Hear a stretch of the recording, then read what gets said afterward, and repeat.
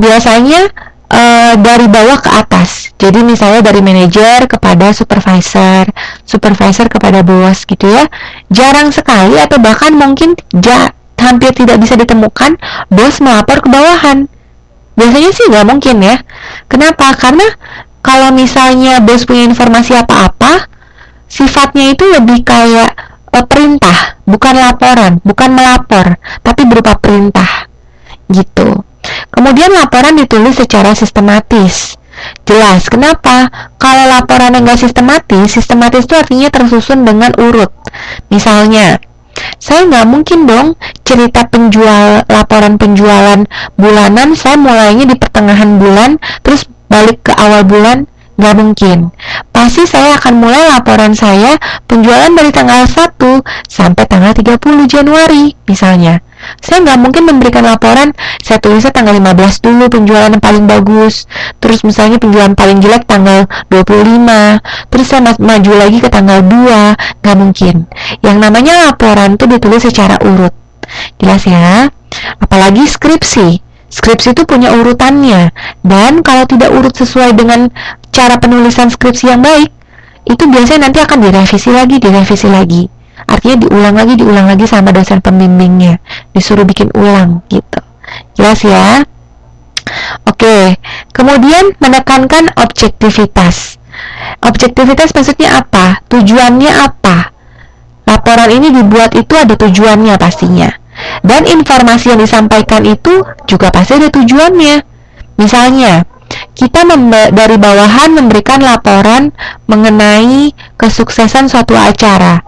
Let's say, misalnya kalau kayak kemarin ya, minggu lalu Mas Rian nggak masuk ya. Minggu lalu tuh ada acara yang Afgan ya, saya tahu Mas Rian datang ya, benar nggak? Kayak saya sempat ketemu Mas Rian sih, cuman saya nggak sempat tegur sapa, sebab saya ragu juga, takutnya SKSD gitu. Saya juga sempat ketemu Mbak Yuliana, benar ya Mbak Yuliana ya, saya sempat papasan dan sempat tegur sapa ya, cuman pada saat waktu itu lagi sibuk sekali, oleh karena itu tidak sempat ngobrol banyak, benar ya. Nah, berhubungan dengan masalah laporan itu sendiri, let's say kalau saya bilang laporan kesuksesan satu acara, misalnya acara kemarin aku datang ke Taiwan gitu ya. Nah, tujuannya apa saya melapor kepada bos saya, misalnya atas kesuksesan acara ini? Saya dikasih tahu apa, misalnya saya catat berapa banyak orang yang hadir. Kalau sedikit, sukses nggak acara saya? Nggak sukses. Bener nggak? Karena nggak direspon berarti. Kalau banyak yang datang berarti direspon kan? Banyak yang datang, banyak yang tertarik. Kemudian misalnya dari acara itu sendiri, misalnya kalau setahu saya acara kemarin itu ada jualan makanan, bener nggak? Jualan makanan ini ya, kayak nasi piantang gitu kali ya. Nah, jadi tujuannya saya melapor nih ke atasan bahwa laporan penjualan piantang saya di acara kemarin, misalnya laku berapa, modalnya berapa, untungnya berapa misalnya. Jadi setiap laporan itu pasti ada tujuannya. Nggak mungkin informasi yang disampaikan itu cuma-cuma, itu nggak mungkin. Karena laporan itu sifatnya yang tadi, sekalipun informal hanya sebuah memo yang dituliskan sekretaris mungkin untuk bosnya gitu ya. Misalnya mengingatkan bahwa jangan lupa ada meeting tanggal sekian jam sekian, itu pun pasti ada tujuannya. Tujuannya adalah mengingatkan supaya meetingnya tidak terlewatkan misalnya ya, jadi ada objektivitasnya. Kemudian disiapkan untuk khalayak terbatas atau tidak terbatas. Maksudnya apa? Jadi bisa jadi khalayak terbatas, satu laporan misalnya dilaporkan kepada pihak-pihak tertentu saja. Misalnya saya kan nggak mungkin melaporkan saya adalah manajer sumber daya manusia, HRD kalau ininya ya, Human Resource Department kalau bahasa Inggrisnya. Saya ngelapor ke ke bos saya, misalnya gaji tiap-tiap orang yang ada di perusahaan. Saya kan tidak mungkin melaporkan gaji-gaji orang-orang yang kerja di perusahaan itu ke semua orang yang ada di perusahaan.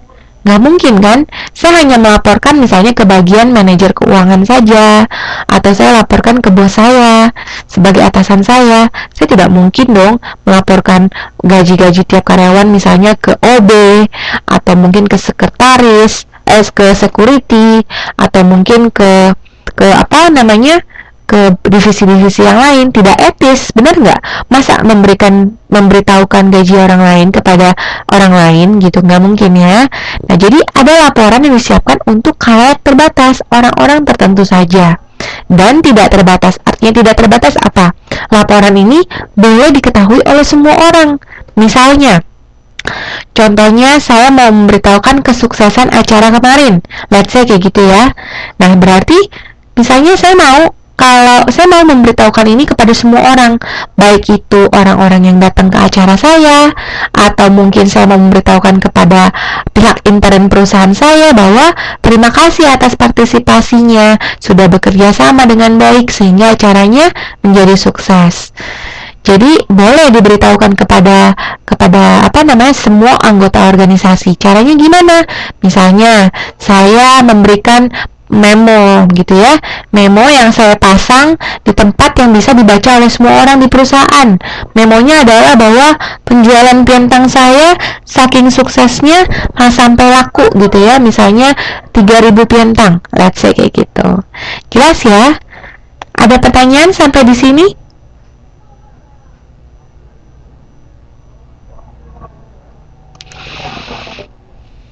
Ada pertanyaan?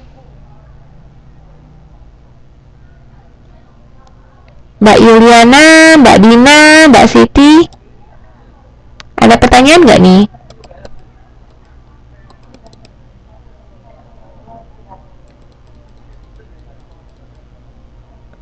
Nggak ya? Oke, jelas ya? Oke, saya lanjut.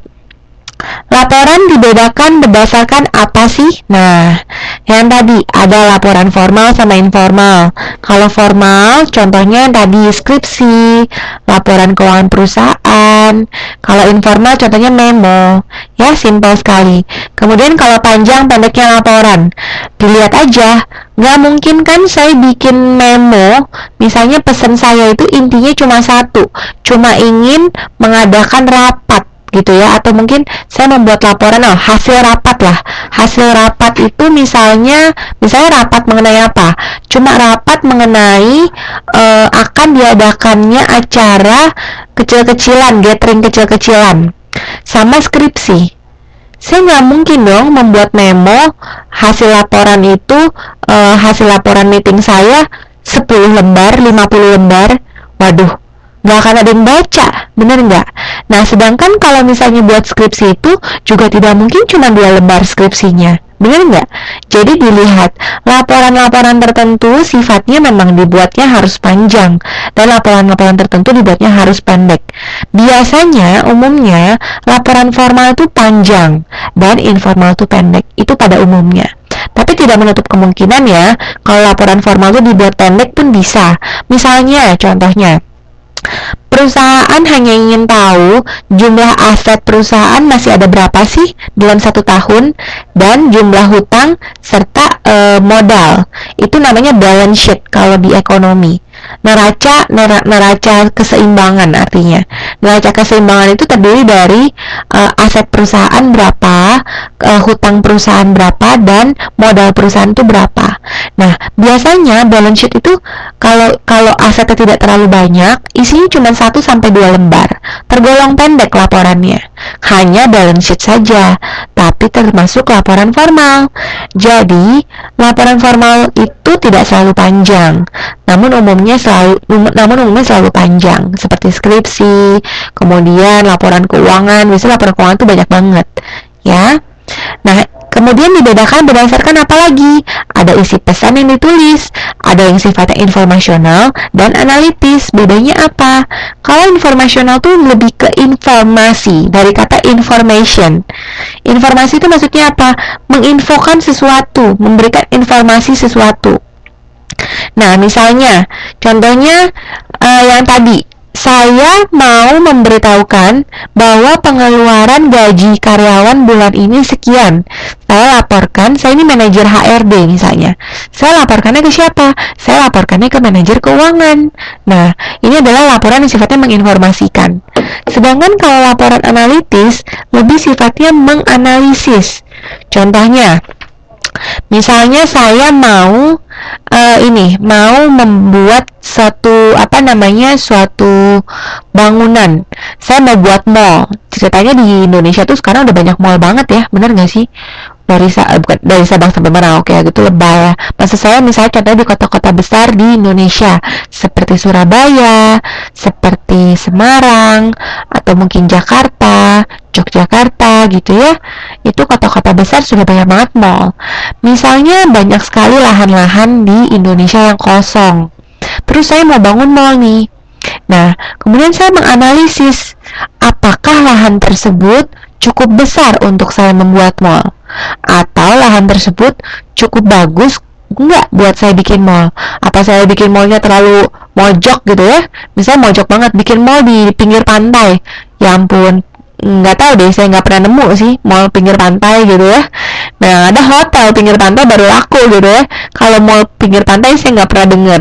Nah, jadi kalau misalnya saya menganalisis, saya lihat nih, saya cek dulu dong lahannya cocok nggak gitu kan, tempatnya di mana, terus misalnya lokasinya deket sama mudah dijangkau orang-orang atau enggak. Nah, kalau iya saya baru bangun mall di situ. Nah, sebelumnya saya buat laporan dulu nih, laporan yang sifatnya menganalisis. Contohnya itu studi kelayakan bisnis namanya. Ada kalau di ekonomi ada mata kuliah namanya SKB, studi kelayakan bisnis. Biasanya dia mau mengetahui apakah satu bisnis itu layak atau enggak. Nah, inilah yang disebut dengan laporan analitis. Dan laporan vertikal dan eksternal. Ada yang tahu nggak nih laporan vertikal eksternal itu apa ya? Ada yang tahu?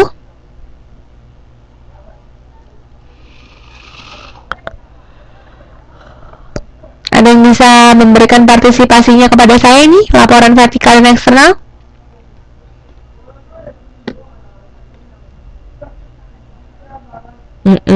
Oke. Mbak Siti, vertikal pada manajernya di atas. Kemudian kalau yang eksternal maksudnya gimana?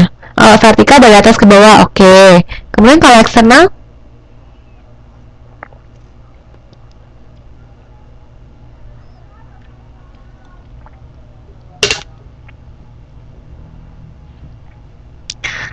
Eksternal itu gimana? X, dari kata X. X itu artinya luar.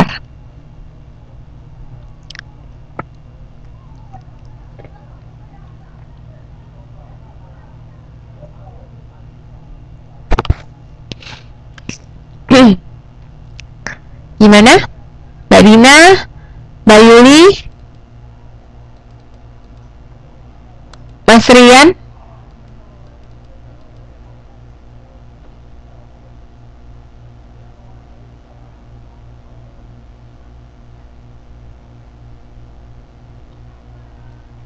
Ada yang tahu nggak nih? Iya. Oke. Iya, dari luar. Laporan kepada luar perusahaan kali. Bisa. Bisa, benar sekali. Jadi, kalau vertikal, benar banget ya, kalau vertikal namanya juga vertikal, dari bawah ke atas. Ya, dari bawah ke atas. Kalau eksternal itu bisa jadi dari luar ke dalam. Ya, atau dalam keluar juga nggak masalah. Nah, jadi maksudnya apa? Ini laporan eksternal itu bisa disebut juga dengan laporan lateral ya. Lateral itu lebih kepada sesama. Jadi gini penjelasannya. Kalau laporan vertikal biasanya dari manajer ke bos atau dari karyawan ke manajer. Contohnya yang tadi, misalnya saya adalah sales mobil. Saya harus lapor ke manajer saya berapa jumlah mobil yang saya jual dalam 1 bulan. Itu namanya laporan vertikal. Sedangkan untuk laporan eksternal, itu lebih kayak luar ke dalam atau dalam keluar. Atau ada juga lateral ya, ini ada 3 berarti ya, ini tambahan. Kalau eksternal tuh misalnya, Contohnya adalah saya adalah perusahaan yang bekerja sama dengan perusahaan lain. Nah, ketika perusahaan lain itu membutuhkan data dari perusahaan saya, misalnya saya adalah perusahaan yang menggunakan jasa outsourcing. Ada